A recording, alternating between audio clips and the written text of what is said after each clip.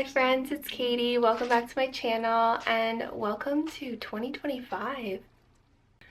It feels really good to say that we're in a brand new year and a brand new chapter. So I'm really excited to share a tutorial today because one of my main YouTube goals for this year is to start making more tutorials and more like casual craft with me kind of videos.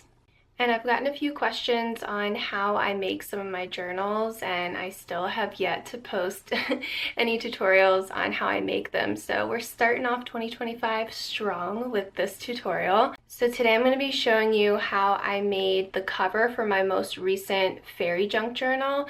I just sold it in my Etsy shop like a couple weeks ago, and I did post a flip through of that. So if you want to check that out, I'll have that linked in the description. So I'm going to show you how to make the same basic structure that I made for that journal. It just might be a little bit different. I'm going to tweak it a little bit just because the style is going to be a little bit different. The last one was more of like a darker, more woodsy kind of fairy journal, and this one is going to be a flower fairy journal. So I may switch up a couple things on the cover, but the foundation of it is going to be the same basic things. I'm just going to kind of follow what I did for the last journal, and we're going to walk through this together. So let's get to crafting.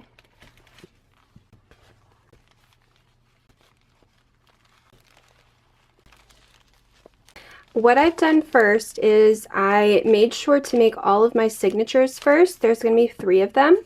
And the reason why I make my signatures first typically before I make the cover is so that way I can measure the cover according to the signatures rather than the other way around. It's a little bit easier this way, just because I end up putting, you know, so many things on the edges a lot of times, so many like little trims and ribbons and these little leaves and whatnot, and sometimes it's just easier if I can measure out the cover at the end rather than already having measured the cover and then adding more to the pages and realizing it was too much and it was too big for the cover that I made. So anyway, that's a long-winded way of saying I would recommend just making your signatures first and then making the cover afterward and measure it accordingly. And I will list all of the products that you're going to need for this in the description below or on the screen, or I'll have them somewhere just so you have a little guide, a little shopping list. So the first thing you're going to need is some kind of chipboard or cardstock. This is just some FedEx packaging, so it's not too thick, it's not too thin. The weight of the chipboard that you use or the cardstock, whatever you're using, is totally up to you. Just keep in mind that if you're using something that's a little bit thicker, like book board, you won't be able to sew through it, or if you do want to sew through it, then you just want to make sure that you have the appropriate needle. I'm using something a little bit thinner just because I want it to be more flexible, and I am going to be sewing around the cover and all of that, so this weight is perfect for me. The next thing you're going to want is some of this faux leather. I got these pieces from Hobby Lobby. They just sell them already pre-cut like this. It's in the section where they have all the craft foam and stuff, so that's where I got these. I believe these are trimmed to be 9 by 12. And then the next thing that I used on my previous journal, which I thought just added such a cute little whimsical touch, is this glitter fabric.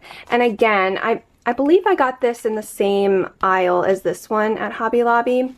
It's just this canvas material and then it has glitter on it. And the thing that I love about this is that I feel like so often when you buy anything that has glitter on it, whether it's like fabric or paper, so often it like scrapes off, it gets all over the place and it's really messy. So for that reason, I'm just not a huge fan of using a ton of glitter in my projects, but this is perfect because it doesn't go anywhere. It doesn't scrape off or anything. So yeah, less mess. These are also pre-cut, and I believe these are 8.5 by like just short of 12 inches. The next thing you're going to need is some kind of thick fabric, some sort of like thick canvas material. This is just a drop cloth, and this is what I used in my previous journal, and I don't know if I'm going to use this specific fabric, but you just need something that's thicker like this because this is going to line the inside of the journal. And then the last thing that you're going to want is a sewing machine. Now, you don't have to have a sewing machine for this, but I do recommend it. It just, for one, it just makes the journal a little bit more sturdy and secured, and also it really adds a textural element to it because I like to do like the messy sewn edges around the journal cover. So anyway, not required, but I do recommend. And then that's pretty much it. There's some other little bits and bobs that I'm going to use to decorate the cover, but that's all going to be decided later. So these are just the basic structural elements that you'll need to make the cover with. Okay, so the first thing that I'm going to do is decide which color of faux leather I want to use. So I used this dark one on the last journal that I made, but as I said before, it was a more darker woodsy theme. So I think I want to go with one of these lighter pieces because the one that I'm doing now is a little bit lighter in color. There's more pinks, it's more floral themed, so I kind of think I want to use this warmer toned one. So you can kind of see, so these are the signatures. They have lots of pinks and lighter greens and just more of a lighter vibe. I think this is going to be the good option. So the first thing I'm going to do is I'm going to cut this in half. So because this is 12 inches, each half will be 6 inches, and I'm pretty sure that's going to be the perfect size for my cover, but obviously measure out your cover so that they're going to fit your signatures. So all I'm doing for this is just folding it in half and pressing down really hard on it, and as you can, hopefully you can see, it just created a really subtle line, so I'm just going to follow that line and cut it with scissors. So the next thing I want to do is just grab my signatures, and I'm going to just lay the cover pieces on top of them and make sure that they fit everything. As you can see, things poke out a little bit on the top and definitely on the sides, but I actually like things poking out a little bit on the sides. And also something to keep in mind, since this is going to be a flexible spine, the cover is going to end up coming out more than what you measured it to be. So if I can kind of demonstrate here, this is what it's going to end up being like once we sew on the spine. So the spine is actually going to push the cover out a little bit, so it's not going to poke out as much. So just keep that in mind when you're measuring your cover and when you're measuring your spine and all of that stuff. It is going to come over a little bit once you have your spine attached. I want to decide how big to make my spine. So this is 3 signatures, and also this looks quite stuffed right now. There's actually no ephemera or anything in these pages yet, so once I have the journal all made, that's when I'm going to add things in. So I definitely want to allow a lot of extra space for this to grow, because this will surprisingly get very large once I start putting more things in it. So it's measuring to be about 2 inches. So I think I want to make the spine about at least 2.5 or 3 inches. Not only am I going to add in my own things, the recipient will also want to add in their own things. So just want to make sure there's plenty of room. I want to leave an extra 1/2 inch on each end so that way it can attach to the front and back cover. So we're going to make this 4 inches. And just lining it up on the back side of it, I'm going to make some little marks and then just cut it with some scissors. I'm not worried about the line being perfectly straight because that's going to get covered once we have it all constructed. Okay, so I did want to show you real quick that these pieces, and this is how it was in my previous journal as well, so this ends up being totally fine for me. The spine piece is a little bit shorter than the front and back cover pieces. That is not going to bother me, especially because once we sew everything together and we add the inside lining, the inside lining does come up, like you'll be able to see it a little bit from the top of the spine, so it does sort of help it to meet the front and back cover on the top and bottom, if that makes sense. So once everything's all said and done and there's ruffle and trim and like things poking out from the top and the bottom and the sides, you're really not going to be able to tell that this isn't the exact same height. Anyway, just wanted to point that out to you. And the next thing we're going to do is cut our cardstock or chipboard pieces. So I'm just setting my front and back cover pieces on top of it and going to outline them.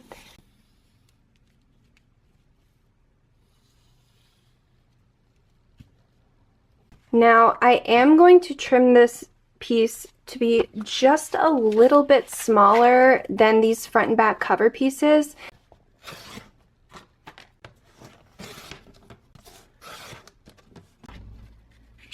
Okay, so here's what I mean. I just want the tiniest little border to be left around the chipboard piece. It's just going to ensure that we don't have any of this chipboard poking out from the cover once we have it all, everything all attached and sewn together. I'm sorry if I'm not making sense. This is this is my problem with filming tutorials, is I have a really hard time explaining things, but I'm just doing my best explaining things as best as I can. But if you have any questions or you're just confused about something, please feel free to leave a comment and I'll try and answer it as best as I can there. And I'm just going to cut a second piece the same size as this one.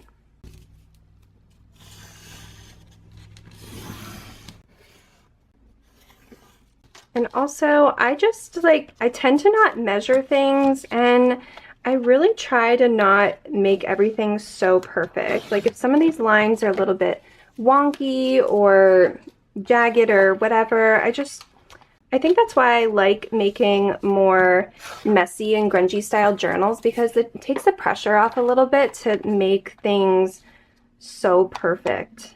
Just go with it. Just do what feels right to you, honestly.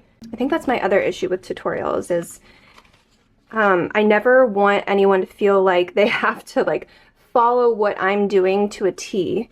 Just do what feels right. So the other thing that I forgot to mention is you will need some good fabric glue.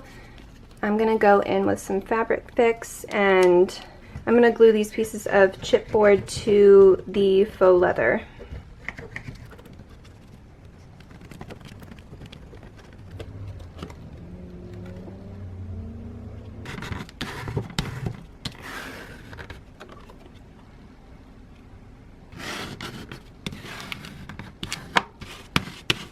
So the next step is going to be attaching the spine piece to the front and back cover.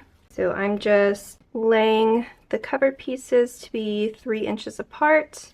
Now once this glue dries, I am going to be sewing the spine piece just to reinforce it. But if you're not using a sewing machine, I would highly recommend using a glue that's a little bit stronger, like hot glue. But I do highly recommend sewing it just to make sure that it stays put.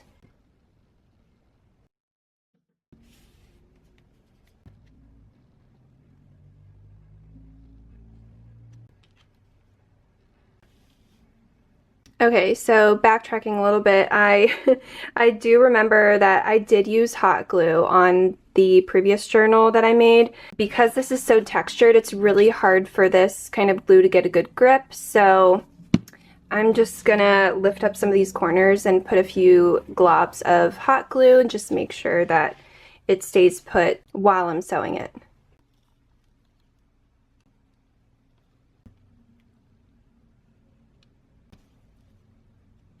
Okay, when the glue all dried, I went ahead and sewed a line down both sides of the spine. And now the next thing we're going to do is grab your thick canvas material, and this is what's going to line the inside of the journal. I chose this material specifically for the last journal because I liked how sort of grungy it looked, but I'm just trying to decide if I like it enough for this journal because the color of this is quite cool toned and I kind of want something that has a little bit more warmth to it. Okay, so I found something else that I think is also going to work. So this is just a piece of muslin that I must have coffee dyed at some point or tea dyed or something. I like that it's sort of wrinkly and has some texture and also is a little bit warmer than as you can see these side by side. I think I'm going to use this, and honestly, I mean, this is just a thin muslin material, but you don't need something that's super thick. This alone is going to be very secure because these are very thick materials. So this is really just serving to cover up the inside of this journal.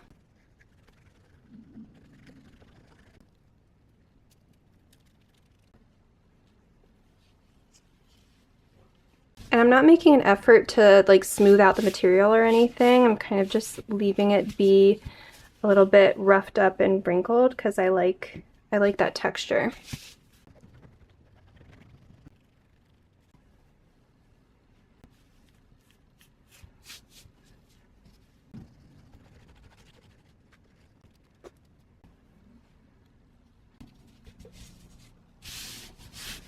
Okay, so that's all glued down now.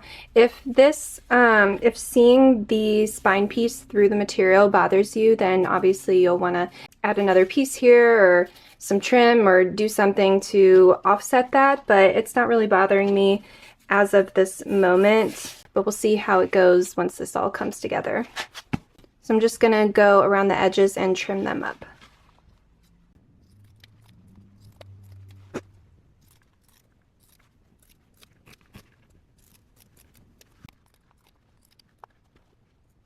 So here's what I was talking about in the beginning when I said that it's not going to matter that these two are different heights once I construct everything, because the fabric that lines the inside is going to come up a little bit higher, so it does help kind of offset that difference there.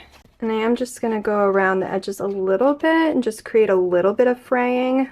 I just don't like when edges are too straight, too perfect. Just gonna grunge them up a little bit.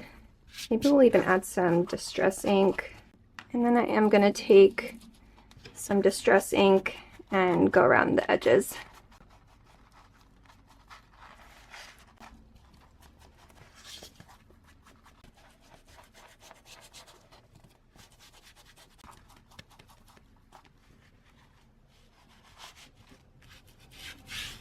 Okay, you guys, so the cover is basically done at this point. I mean, you could stop here if you wanted to. I did go ahead and sew all the way around the edges, and I kind of made the stitches just like a little bit wonky, and I like that look. It just makes it look more woodsy and grungy. And then I added in this one of these little eyelets. I added one to the front and the back cover so that way it can be used as a closure. So all that's left to do at this point, and you could totally keep the journal just like this, and I think this looks really cute. There's definitely enough going on, especially with the glitter spine and everything, but I did want to add just something extra. On my previous journal, if you saw it, I added some faux moss and leaves to the edge of the spine and where the spine meets the cover here, and that looked really cute. I do want to do something a little bit different this time. I'm just not sure exactly what. Since this journal is more of a flower themed versus a woodsy themed, I kind of did want to do something that maybe had a flower on the cover. I'm still not too sure though if I want to be so on the nose with the flower, but I did at least want to bring in some more of the pinks. So I set aside a bunch of things and I'm just not sure what I'm going to use, but I do have these really cute little brads, and I thought maybe I could just do like some brads in all four of the corners. And then I do also have this cute flower. I thought maybe I could just like stick that on the spine there. And then I have these little ones. I thought maybe I could just like put them there and then maybe stick a little brad in the center like that. Okay guys, so here's what I did. I just punched 4 holes in all 4 corners of the front cover, and then I added these really cute little just plain pastel pink brads, and then I just stuck these little faux flowers on the corners next to the spine. And I don't know if I'm going to keep it exactly like this, but I was just called to make this a little bit more simple rather than adding a bunch of flowers and moss like I did on the last one. I felt like I just wanted to leave this one kind of as is. And I may even take these faux flowers out of here. I'm not too sure yet. I haven't completely decided on that, but I did like the idea of doing these brads also because they are totally customizable. You can take the brads out, you can take these little faux flowers out if the recipient wants to. You can put totally different brads in. Anyway, I'm gonna leave it like that for now. And then literally the only thing that I have left to do is just add in all of my signatures, and then I'll be making a bunch of ephemera and different things to put in the pages, and this journal will be complete.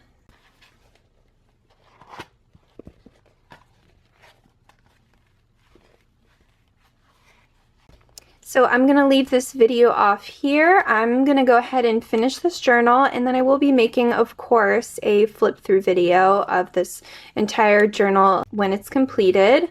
And I will also be listing this in my Etsy shop. So I'll let you know all the details of that in the next video in the flip through, and hopefully I will have that out later this week. So thank you so much for watching. If you have any questions at all, please leave them in the comments, and I'll see you soon in another video. Bye!